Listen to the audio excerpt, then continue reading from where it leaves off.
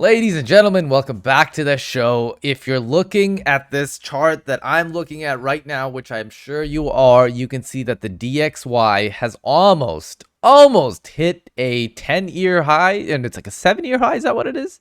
This is the last high it had. So that was 2017, it was December, January, and here we are. So wow, we are definitely making some moves here, and we've had like a tiny little pullback there, right there. We went from 103, what do we top out at? 103.9 basically down to 103.4. Wow.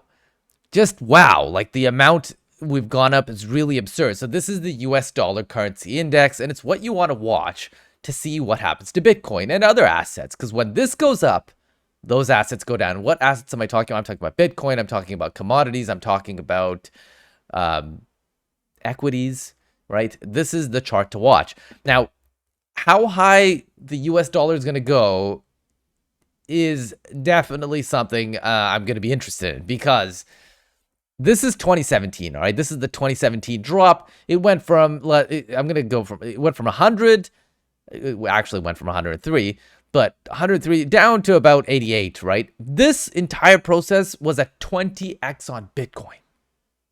Can you believe that? It was a 20x on Bitcoin. Let's pull this up for you. This is 2017. Here we go. 2017 December. And all of this was a 20x, this entire bit. Let's pull it up. Wait, no, there we go. Where are we at? There we go. So let's go right here. All the way up to there. That's a 2,600% gain. That's absurd. Wow. And that's what you get. I mean, the correlation's wild, right? That's what you get when you go from here, right, at this top, all the way down to here, and the US dollar crashes 14%. 14% crash. That took 2 years to do. That's what you get. It's really wild, absurdly wild. Now, okay, you're still like, hold on a sec. I don't know, dude. Like, I'm not sure what you're talking about. All right, let's look at another one. This is the 2020 run. All right, we're at the top here, and we go all the way down to the bottom. Let's say it's a 13% drop. Let's see what happened in 2020. What is it, March 2020? All right, let's go see what happened in March of 2020. Here we go. Here's March. Wow, look at this thing. It's like lines up perfectly. This is absurd. 2020, and we go all the way up to here, and we have a 1,600% gain. That is absurd. Wow. It's like what a correlation that is. A 1,600% gain when the DXY drops 13%. Wow, that's like the power of the US dollar right there. I mean, I would say, damn. Now, here's what we're setting ourselves up to do. Now, I haven't zoomed out fully, but I'm going to in a sec. This thing up here, if it were to crash from where it is now down to this level, that's another 13% down. What can we get? What can we get? If it crashes down, what do you think we can get? I don't know. I'm not sure. It's hard to say, because in 2017, it was a 20x. 2020, it was a 2020 right here. That was about a 10x, right? So this is something we're going to have to wait and see. But something really important here is that both of these times we had gone down to the 200-week, the 200-week moving average, right? The red is the 200, the blue is the 100, and that purple is the 50-week.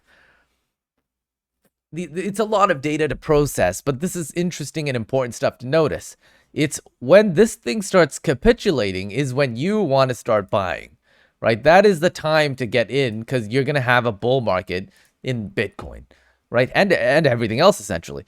But it doesn't seem like right now is the time, because this thing seems like it has steam, right? And it feels like it's going to go up to maybe 108 or something. I'm not sure. I have no crystal ball, but it feels like it can go quite high. 108, 110, maybe 112. Wow.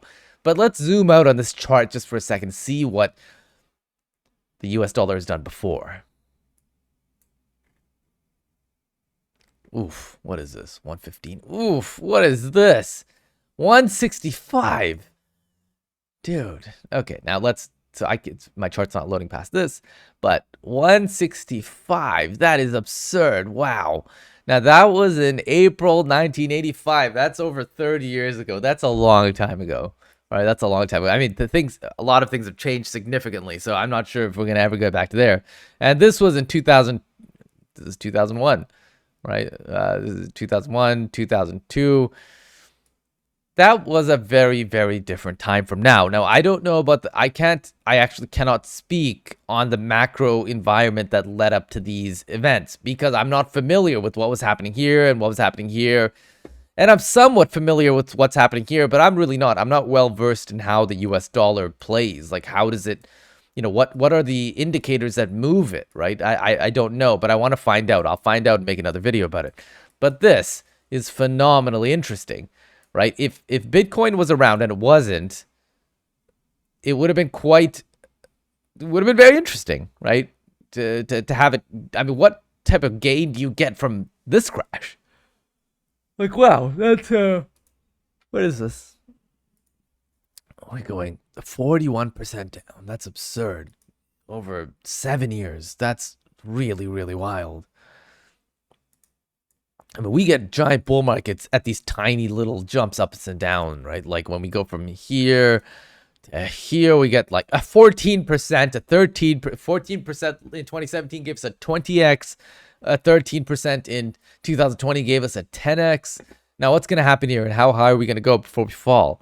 I don't know. But as you can see, one of the biggest correlates is this DXY. The dollar index is a massive correlation. And I think that's going to really make a big difference in how this all plays out. The other thing is, obviously, and so those are the correlations. Those are the things you want to watch that are other markets. You obviously want to watch the NASDAQ as well, but the NASDAQ is essentially a copy of the Bitcoin market. So I don't know about watching that so much. Though it is nice to go see what is happening. Like, what are the futures markets saying? So is it green? Is it red? Okay, it's green tomorrow. So tomorrow might be a green day. Interesting, right? Surging prices force consumers to ask, can I live without it? Okay, interesting. So that's not good for the economy, right? Because people are going to start cutting back on spending. And you know what that all means. But I still rely on these moving averages.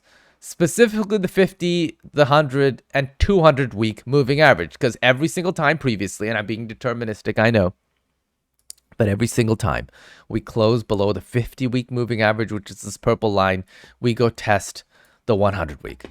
Then once we go test the 100-week, if we fall below that, and we always do when we hit the 50-week, we go test the 200-week, which is right now at about $21,000. And this is going to keep going up because when we started talking about this, we were like below 20,000, right? And now we're at 21, and you can see that it's going to continue to rise, right? Because this is the 100-week moving average, which is, wow, that's 2 years of data. So this is going to continue going up, right? Like this is, what are we at right now? We're May 22. We have May 21. So it's all of this data. And then we have May 21 to May 20. And then there we go. May 20. There you go. So this is calculated. It's all of this data is still, being like it's calculating from here. May 20 still, right? So like May 20 we were at a $10,000 Bitcoin. Right? That's wild. That's the 200-week moving average. We were at a $10,000 Bitcoin. That's still calculated in this equation here. Right? So when this in May 20, let's say September. So May, June, July, August, September, that's in 20 weeks from now. Right? 20 weeks from now will be June, so May 20 weeks from now will be September. By September, this number is going to be a lot higher, right? We're going to be like, where are we going to be? We're going to be like somewhere up here at like 27,000, right? And 27,000 is not that crazy. It's not that far to go down anymore, right? Like 20,000 sounds pretty wild, but 27,000, that's not that crazy. So like this thing could continue to capitulate and do all sorts of things and then, eventually hit this line at 27,000 and there we go. So the longer we wait for this to happen, you get what I mean? We might see a wick come down lower, but it's unlikely. well, I don't want to say it's unlikely. It's just it's not something that I would expect to happen. So I'm definitely gonna have something down here, 1 or 2 Bitcoin that I can buy at like 20K. But most of my purchases are gonna be around here. But the thing is, we really don't know. Are we gonna have a big capitulation wick down? Because if we do, then we are hitting these super low numbers, and it's a hell of a time to buy. If you could buy Bitcoin at those prices, you've gotten the best deal you possibly can. Because that means what happened for that to occur is this: the US dollar went down, right? It finally capitulated and it wasn't able to hold and it just crashed for whatever odd reason. I don't know. I'm not familiar enough with the stuff and I want to get familiar, but something happened in the US markets for this US dollar to crash. And when that happens, that's when Bitcoin's going to rocket up. But I think what my expectation here is the US dollar is going to continue to climb, maybe to 104, 6, 8, 10, right? And Bitcoin's is going to continue to come down, hit the 200 week. Either it's a wick or really does touch. I think it's going to touch, and then we're going to bounce off. Where we're going to touch, I'm not sure. Is it going to be out here, or is it going to be over here, or over here? I'm not sure. I mean, it's very unlikely that we're going to get it next week, right? I just don't think so. But it's possible. I mean, who knows? We might just see a giant wick. And as soon as it goes below the 100, we're going to see a lot of trouble. And what you also want to watch for, and I don't have it pulled up here, is you want to see... boy, sorry, I haven't used this long enough that, I mean, I'm not, log. Where is this?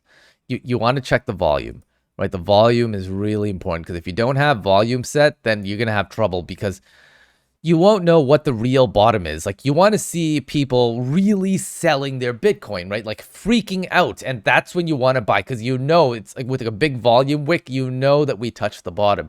If you don't have a massive volume wick, and what I mean by massive is like it's bigger than the surrounding area, then I wouldn't do it, right? I wouldn't buy yet. Like we've seen low volume. I have another chart pulled up with the volume, but obviously I don't have it here. Let me just volume. Okay, so like this is not good, right? There's no real capitulate. No one's freaking out. This is good, right? This is what you want to see. It's something like this. This is a good indicator that this is a good time to buy. Right? Of course, you went down a little lower, but that was it. That was the big bottom because you lost a lot of people, basically. That's what that means, right? A lot of people sold, so they have crypto waiting on the sidelines. This is essentially what it means. It's been very flat. This is not good. So not a lot of people have been selling, which is probably why we're going sideways, right? But people are selling, obviously. It's red candles, right? And what we want to see is these giant, like this huge red behemoth. It's an outlier, right? That's important because like this one's big too, but it's not an outlier from the surroundings. Same with over here, right? I mean, this is a big one, obviously. This is a big one. But then you can see the next candle is massively green, so a lot of people bought there. But this is what you want to see here. We want to see a massive, big red candle, and that's when it's like buy it at that point. Of course, it's not financial advice, but you get what I mean. Anyways, this is it, guys. I'll talk to you guys tomorrow. Have a wonderful day.